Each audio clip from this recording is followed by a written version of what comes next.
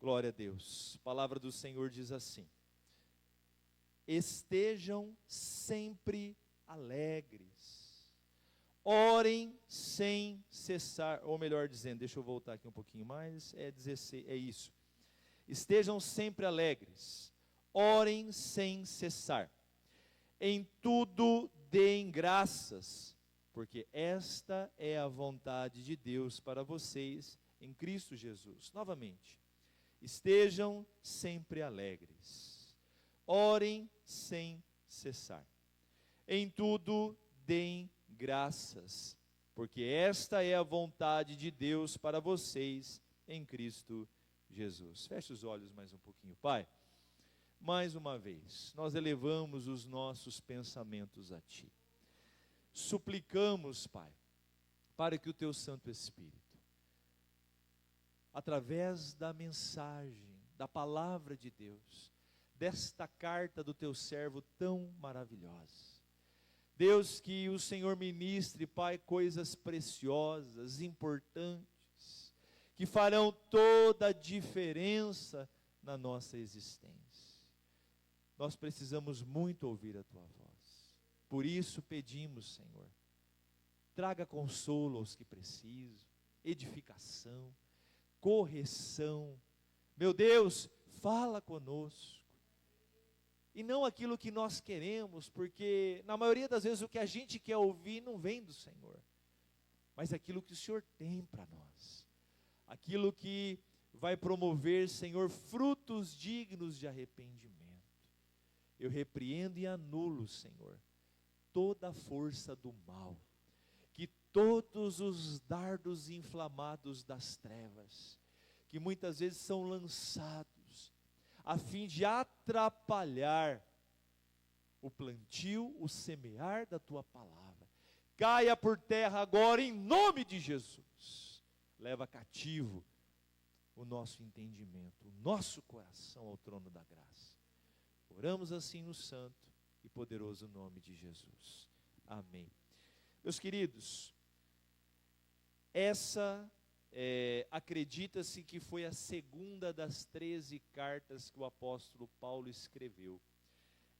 A primeira, possivelmente foi a carta aos Gálatas, e então depois Paulo escreve a primeira carta aos Tessalonicenses.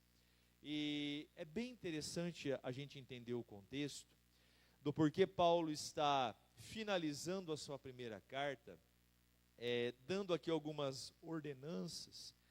Não são só essas 3 que eu li, tem mais, é que o tempo não me permite falar todas. Então eu orei a Deus e entendi que deveria trazer pelo menos essas 3 orientações.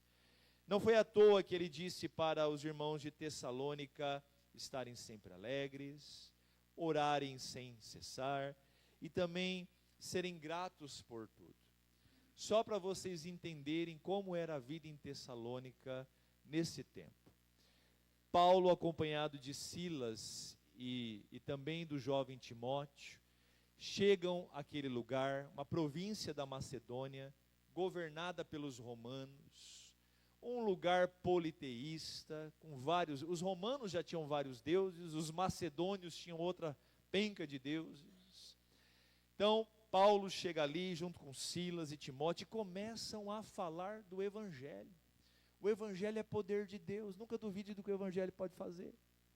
Se Deus te inquietar para falar do Evangelho, fale, lógico, com amor, com misericórdia, com graça.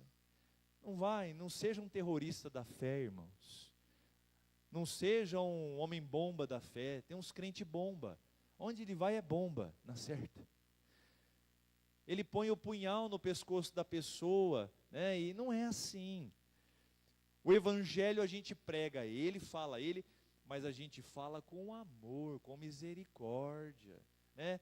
Não pisando na garganta das pessoas, nem querendo provar. Nós não temos que provar nada. Só há um Deus, e é o Deus do céu, o Deus triuno, irmãos. A gente tem que ter amor, misericórdia. E eles fizeram isso. Começaram a pregar o Evangelho. Irmãos, aqueles homens e mulheres politeístas, cheios de deuses, escravizados por Roma, eles começaram a se converter aos montes. E aí, logicamente, a fúria do mal se levanta e usou os judeus que estavam lá. Os judeus começaram a ir até os oficiais romanos e começaram a dizer: ó, tem 3 homens que chegaram aí, e eles estão falando sobre um tal de Jesus, o Nazareno, e estão espalhando por aí que ele é Senhor, inclusive que ele é maior do que César. Aí pegou. Aí Roma se enfureceu, uma ameaça se levantou.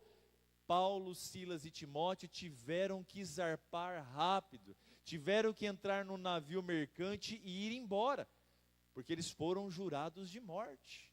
Eles precisaram ir, porque eles tinham muito lugar para levar a palavra. Mas a obra do Senhor foi plantada.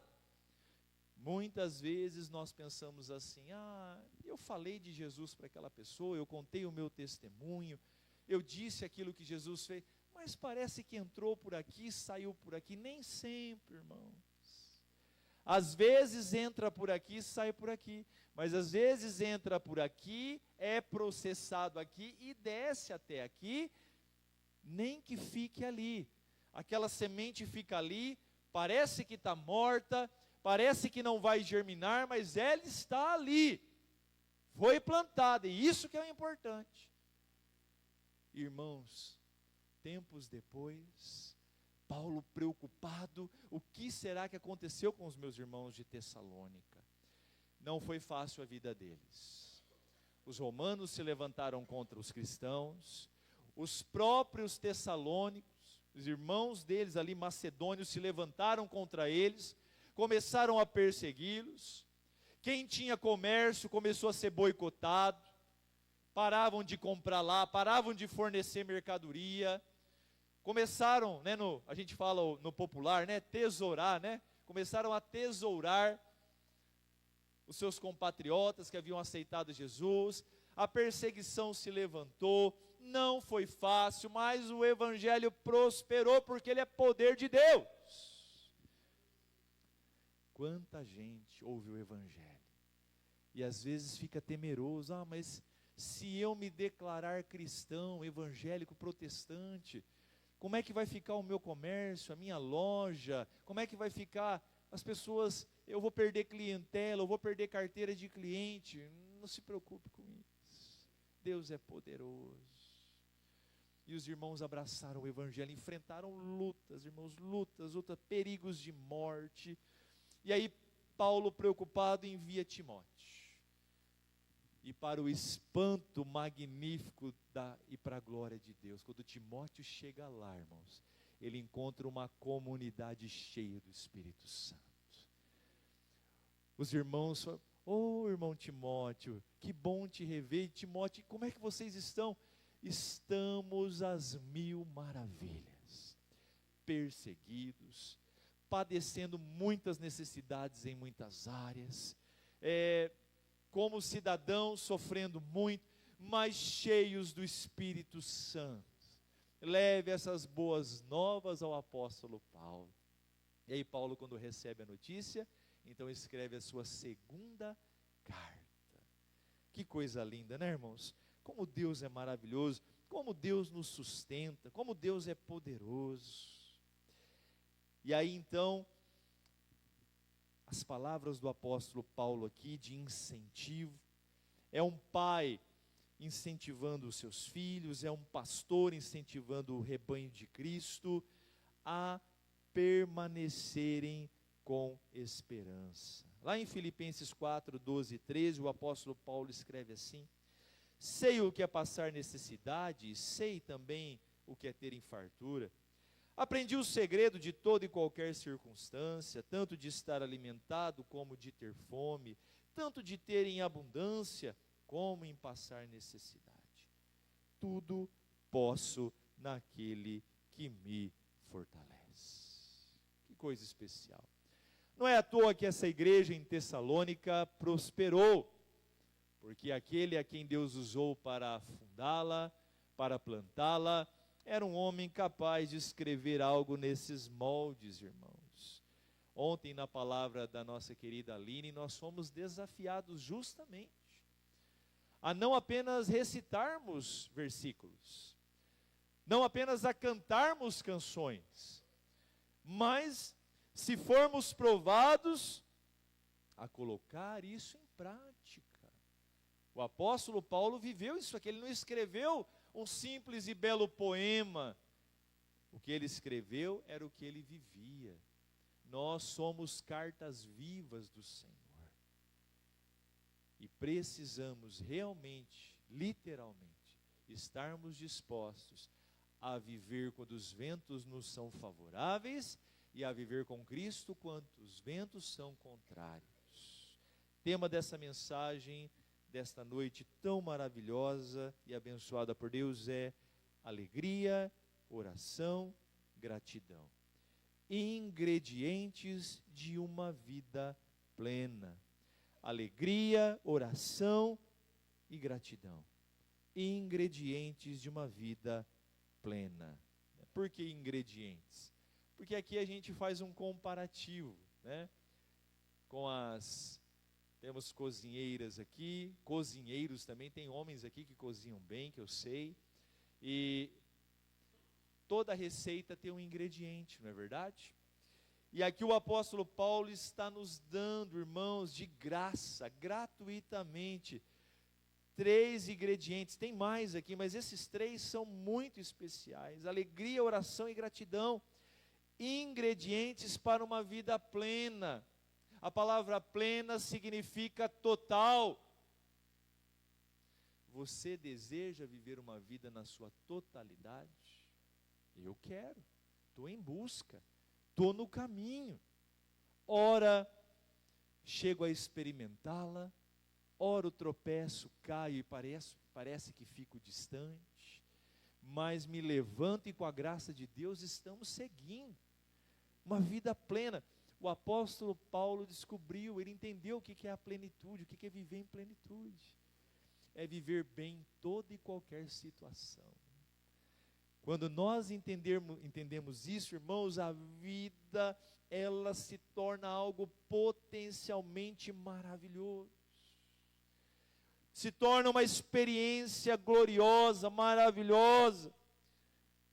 Nosso querido Édipo falava aqui no início do culto, citou uma das passagens mais lindas que temos, o convite de Jesus.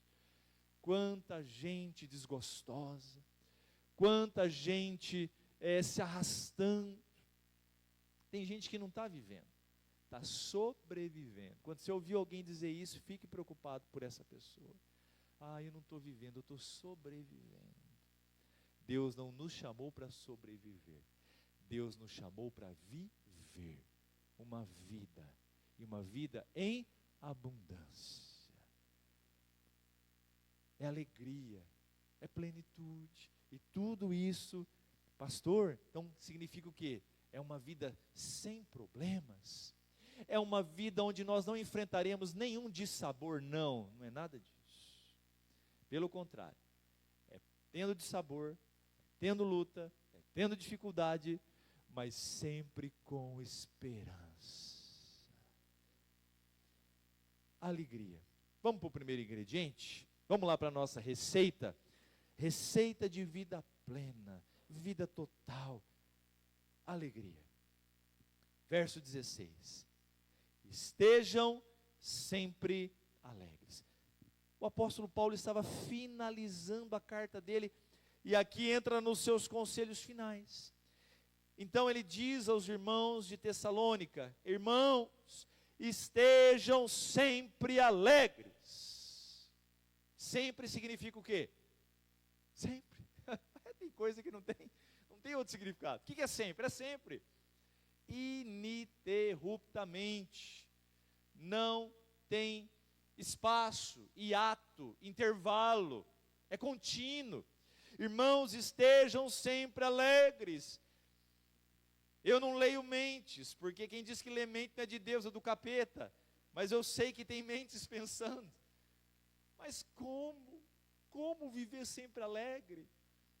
todo dia louça para lavar, a casa suja, marido complicado, os filhos naquela fase difícil, patrão perturbado, tanta dificuldade, tanto como pastor. Que lindo que o apóstolo Paulo escreveu aí, mas como estar sempre alegre? Amanhã é segunda-feira, começa tudo de novo. Tem gente que está aqui e já está se martirizando, já está sentindo a dor. É o cordeiro indo para o matadouro. Ai meu Deus, segunda-feira de novo, não acredito, isso, aquilo, meu Deus. Quando a gente deveria estar feliz. Amanhã é segunda-feira, mais uma que Deus me deu, mais uma oportunidade de vida que eu vou ter, mais uma oportunidade para levar Cristo através da minha vida. Tenho um trabalho, tenho uma renda, tenho expectativa de coisas melhores, porque o meu Deus é Senhor de todas as coisas. Alegria. É possível estar sempre alegre. Eu afirmo a vocês, porque a Bíblia diz que é possível estar sempre alegre, viver alegre, desde que a fonte desta alegria seja e esteja em Cristo. Se a fonte da sua alegria estiver, alicerçada, fundamentada em Jesus. Nós cantamos o louvor, Jesus é o motivo da nossa alegria. Não cantamos? Quantos anos a gente canta isso? Mas são poucos que realmente estão enraizados e têm essa alegria que só Jesus pode dar. A fonte precisa ser Cristo. Enquanto a nossa alegria tiver como fonte bens, pessoas, realizações pessoais e coisas semelhantes a essas, viveremos uma roda gigante de emoções, ora em cima, ora embaixo. Pois bem, é assim que muita gente vive. Muitos cristãos que são parecidos com a roda gigante. Quem aqui já andou de roda gigante? Eu uma vez só, para nunca mais. Mas não me pega nem com milho verde, nem com pamonha. Pode me oferecer o que for, a comida que for, não pega eu nunca mais. Eu só não morri por Deus, eu vi a morte.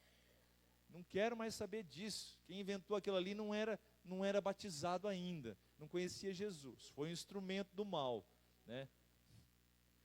Coisa horrível, horrorosa. Não quero mais. Mas eu andei. E é interessante, né? 360 graus. Tem hora você está lá em cima, na roda gigante não presta não. Com Jesus é bom. Você está lá em cima, né? A gente fez uma excursão para o Beto Carreiro uns anos atrás, né? Aí tinha lá um brinquedo, lá um troço que você subia lá e despencava. A meninada que foi lá disse que dava para ver o mar lá de cima. É isso, né? Dava para ver, né, Luan? Viu o mar lá de cima. Aí quando eles caíam, a alma ficava e o corpo descia. Você via morto os meninos. Falei, como é que eu vou explicar para os pais que morreu? Daí a alma voltava, eles voltavam a ver. Coisa horrível. Misericórdia. Mas tem gente, irmãos, que é assim. Ora está em cima. Ora está em cima. Por quê? A alegria está fundamentada em situações e coisas. Naquela semana tudo deu certo. Então eu canto louvores, eu dou glória a Deus, eu falo que Jesus é bom. E na outra semana as coisas saem ou não acontecem conforme o esperado. Aí da boca sai aquilo que não presta, do coração começa a vir, na mente vem pensamentos horrorosos, e aí o louvor se torna murmuração, e aí a fonte doce se torna nas águas de Mara, amarga. Por quê? A vida não está ainda plenamente fundamentada em Jesus. Eu vou dar para vocês ainda mais 3 exemplos, para nós entendermos que quando a alegria está firmada em Jesus, fixada em Jesus, como que a gente pode desfrutar dessa alegria? Filipenses 4:4. O apóstolo Paulo diz assim: alegrem-se no Senhor. Outra vez digo, alegrem-se. Olha que interessante. E o homem que falou isso, irmãos, não tinha esse vidão que nós temos. Ah, pastor, vidão só se for o teu, o meu é difícil. Perto do apóstolo Paulo, nós temos um vidão. O irmão mais sofrido entre nós aqui, a irmã mais sofrida entre nós aqui. Você tem uma vida maravilhosa perto do apóstolo Paulo. Você sabe como que era a vida do apóstolo Paulo? Ora ameaçado de morte, ora ameaçado de morte. Ora passando necessidade, ora passando necessidade. Irmãos, ele foi escolhido, ele era vaso escolhido, e o Senhor Jesus mostrou para ele o quanto importava que ele sofresse pelo nome de Jesus. O homem abriu mão de um futuro promissor, uma carreira promissora, e fez isso. Ele diz isso: eu fiz tudo isso como esterco, eu considerei tudo isso como esterco. Você sabe o que é esterco, né? Adubo, coisa mal cheirosa, tem uma serventia, mas não é nada agradável, por amor a Jesus. E ele foi capaz de escrever aos filipenses e dizer isso: alegrem-se no Senhor. Outra vez digo, alegre-se. A fonte da nossa alegria precisa e deve estar em Jesus, nas promessas de Jesus, na palavra e nas palavras de Jesus. Ele escreve aos Gálatas, capítulo 5, verso 22, falando sobre o fruto do Espírito. Ele diz: mas o fruto do Espírito é amor, alegria, e ele segue. Mas um dos gomos, imagine que o fruto do Espírito é uma poncã, está em época de poncã agora, né? O fruto é uma poncã, tem os gomos. Um desses gomos é a alegria. Alegria. O crente precisa desenvolver a alegria. Alegria no sentido de contentamento, não nas coisas, não nas pessoas, mas em Jesus. E por fim, até aqui eu falei do apóstolo Paulo. E alguém pode dizer: mas Paulo era um homem, né, comedor de arroz e feijão igual a nós. Beleza. Então, se você não está satisfeito com o apóstolo Paulo, então vamos lá para o Evangelho de João, capítulo 15, verso 11. Agora aqui o negócio subiu de nível, né? Paulo perto de nós está aqui, né? Mas Paulo perto de Jesus nem entra no figurino, nem sai na foto, né? João 15, 11. Olha só o que Jesus disse, falando isso para os seus discípulos e aqueles que estavam ali ao seu redor. Tenho-lhes dito estas coisas, para que a minha alegria esteja em vocês, e a alegria de vocês seja plena, completa. Olha só, tenho-lhes dito essas coisas, para que a minha alegria esteja em vocês, e a alegria de vocês seja completa. Está vendo só como que é a vontade de Jesus? Que nós vivamos em plenitude de alegria. Tenho-vos dito essas coisas, para que a minha... Irmãos, Jesus se alegrou com a sua obra, com o reino que ele veio trazer aqui, com a salvação, com aquilo que ele operou na vida da sua igreja.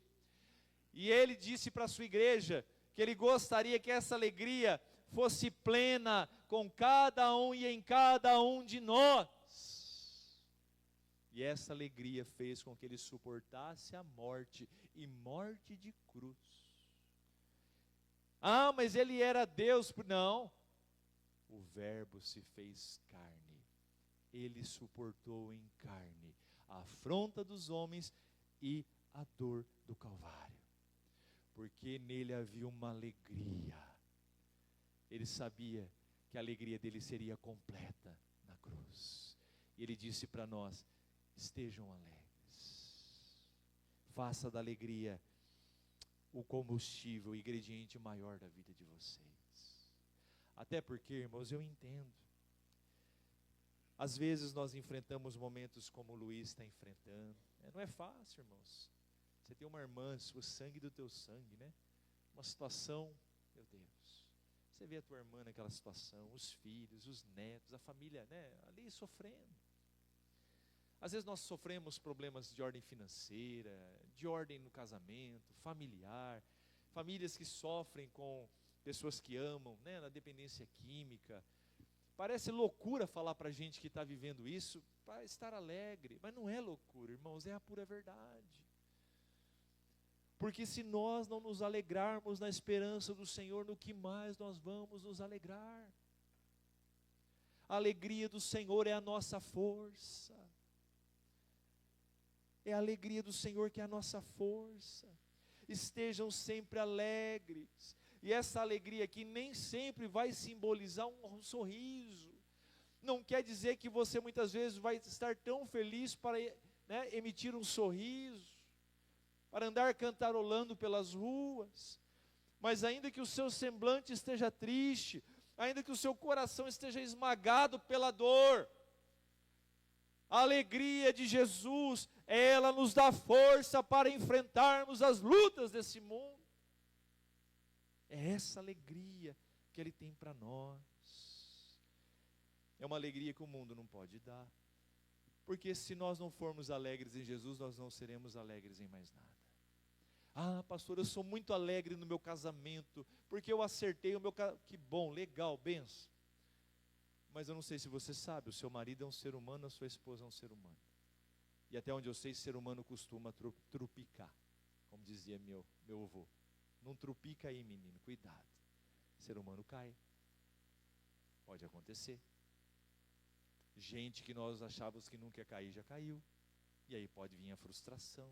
E aí a alegria que estava baseada no casamento, o que acontece? Ah, mas eu sou alegre porque eu, graças a Deus, trabalhei, lutei e estou amparado, tenho recursos financeiros. Piorou. Está vendo só? Alegria verdadeira só Jesus pode nos dar. Outro ingrediente desse bolo maravilhoso da vida plena, oração. Verso 17, Jesus diz: orai sem cessar, não parem de orar, nunca deixem de orar.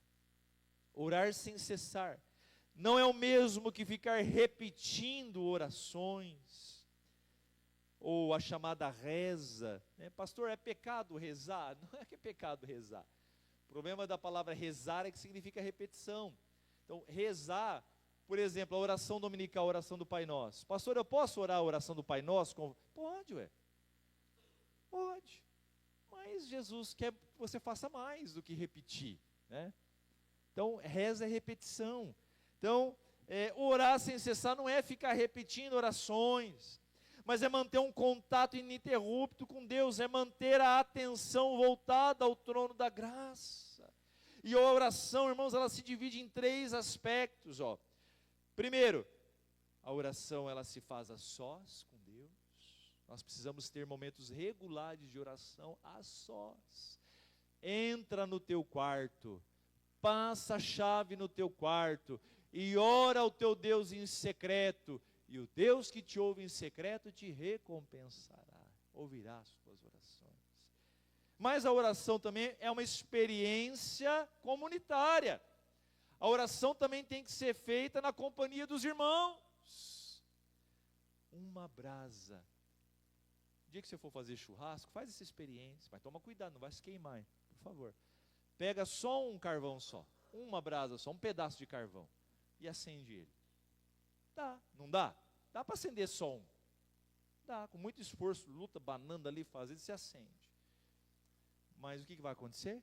Ele vai ser insuficiente para assar a tua picanha, né? O contrafilé, né? Ou espetinho de carne moída, o que o teu bolso aguentar. Não vai dar. E ele se apaga mais rápido. Mas se você botar ali na companhia daquele único carvão, né? Meio saco de carvão, e aí você põe fogo.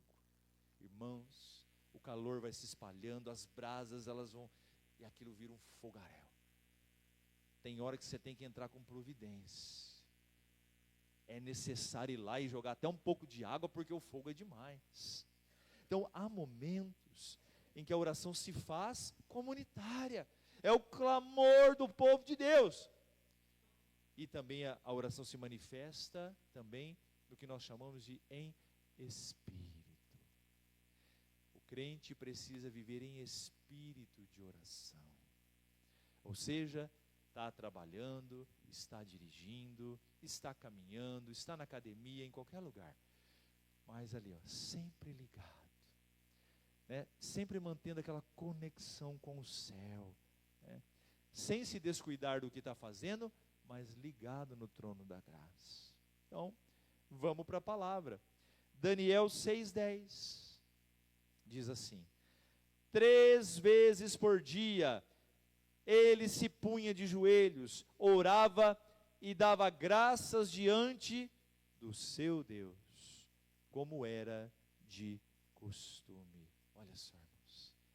Daniel mantinha de forma regular, 3 vezes ao dia, ele se ausentava das suas atividades, subia ao terraço da sua casa, lá em cima, voltado para a banda de Jerusalém, da onde ele foi arrancado dos seus pais, escravizado, teve o nome mudado. Está pensando, está vendo só? Às vezes a gente pensa que a gente sofre demais, que a nossa vida é muito difícil. Todos esses homens que eu estou citando para vocês, irmãos, têm um histórico de vida muito triste. Daniel foi arrancado dos pais, escravizado, tiraram o nome dele, botaram o nome de um deus pagão. Mas esse homem não se fazia de coitadinho, de vitimazinha. Ai, Deus não me ama, Deus me tirou. Não! Ele não abandonou a sua fé em Deus, mesmo numa terra pagã, em meio de um povo pagão. 3 vezes ao dia ele se punha de joelhos e orava ao seu Deus, como lhe era de costume. Aí nós, crentes do século 21, ficamos murmurando, choramingosa. Ai, porque o meu casamento não melhora. Ai, porque os meus filhos não sei o quê. Ai, porque lá no trabalho. Tá. Você tem orado, servo de Deus, para não falar outra coisa, né? Você ora enquanto eu vou ali orar. Está vendo só? Daniel tinha momentos regulares a sós. Aqui Jesus estava tão, irmãos, no momento de tanta agonia. O Mário até citou lá no programa, né, lá com o Eriton, sobre o Getsemane. A agonia era tanta, irmãos, porque a cruz estava chegando, o momento da decisão, o Gólgota estava próximo. E ele sente a necessidade de ter companhia. Jesus orava muito sozinho, mas agora ele precisava de sentir calor humano, dos seus discípulos junto com ele. E ele chama os discípulos. Assim somos nós. Tem horas que a gente parece não estar conseguindo orar só a gente e Deus. Então a gente tem, como igreja, a gente tem essa ferramenta santa, abençoada, de chegar e dizer: olha, eu oro sim, eu e Deus, mas eu estou fraco, me ajuda. E a gente pode então, como brasas, nos aquecermos na oração intercessória. E Deus move, irmãos. E Deus move. Efésios 6:18. Orem em todo tempo no Espírito, com todo tipo de oração e súplica.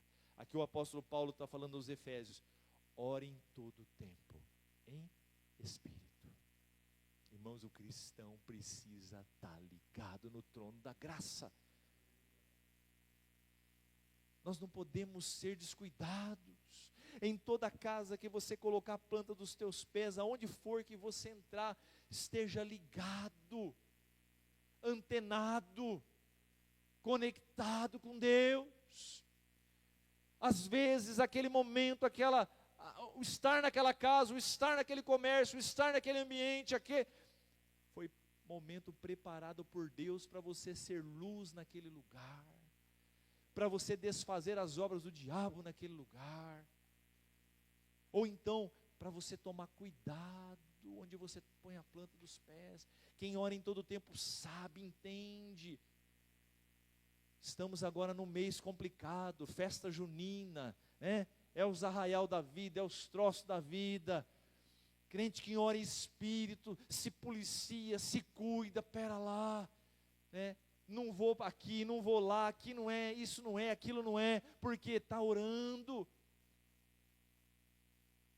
Certa feita, Salomão não vigiou, não orou, e acabou entregando ali algumas informações para um rei inimigo. A mesma coisa aconteceu depois, com outro rei. Irmãos, cuidado, orem todo o tempo no Espírito, com todo tipo de oração. Mulheres que estão ligadas, orando em Espírito, não caem nas ciladas de Satanás. Homens que estão ligados no trono da graça, não caem nas astutas ciladas das trevas. Alegria, oração. Por último, último ingrediente dessa receita santa dessa noite, para vivermos uma vida plena: gratidão. Verso 18: em tudo deem graças. Em tudo deem graças. Eu tenho uma frase que eu carrego comigo onde eu vou, irmãos. A gratidão é o ímã da bênção de Deus. Todo mundo sabe o que é ímã, né? Às vezes tem os mais novos que não sabem, né? Antigamente era fácil a gente ter acesso ao ímã, né? Hoje é mais difícil, né? Irmãos, a gratidão é o ímã da bênção de Deus. Viva ao lado de pessoas gratas. Seja uma pessoa grata. E ser grato não é ficar comemorando derrota. Ai, nossa, vou celebrar, tomei um prejuízo. Não é isso, irmãos.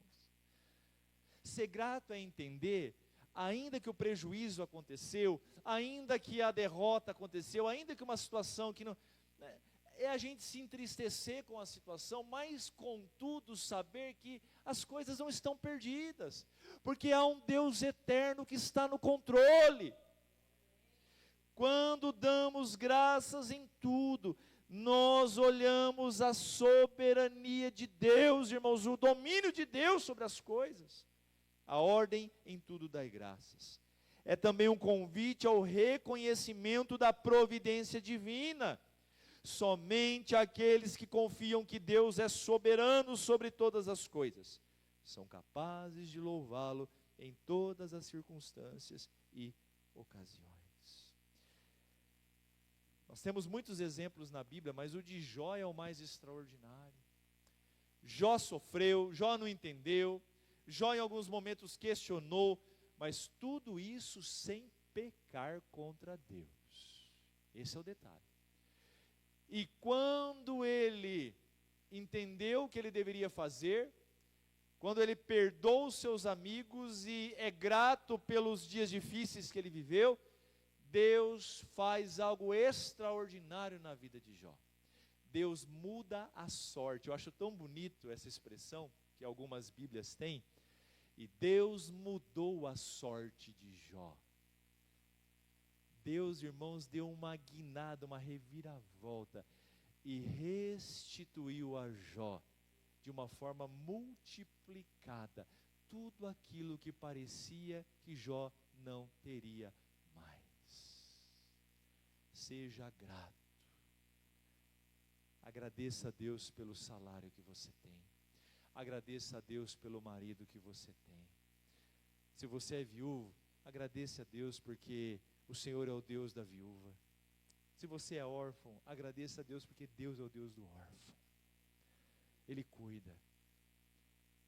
Agradeça a Deus pela sua família. Agradeça a Deus por pela salvação. Nesse exato momento, irmãos, tem gente...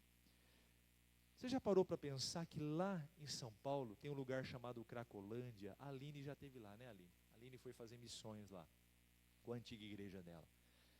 Quer saber o que é Cracolândia? Pergunta para ela. Não sei se mais alguém aqui esteve lá, tá? Irmãos, é um lugar que não tem palavras para descrever. Eu imagino o cheiro, as pessoas dominadas pelo vício, né?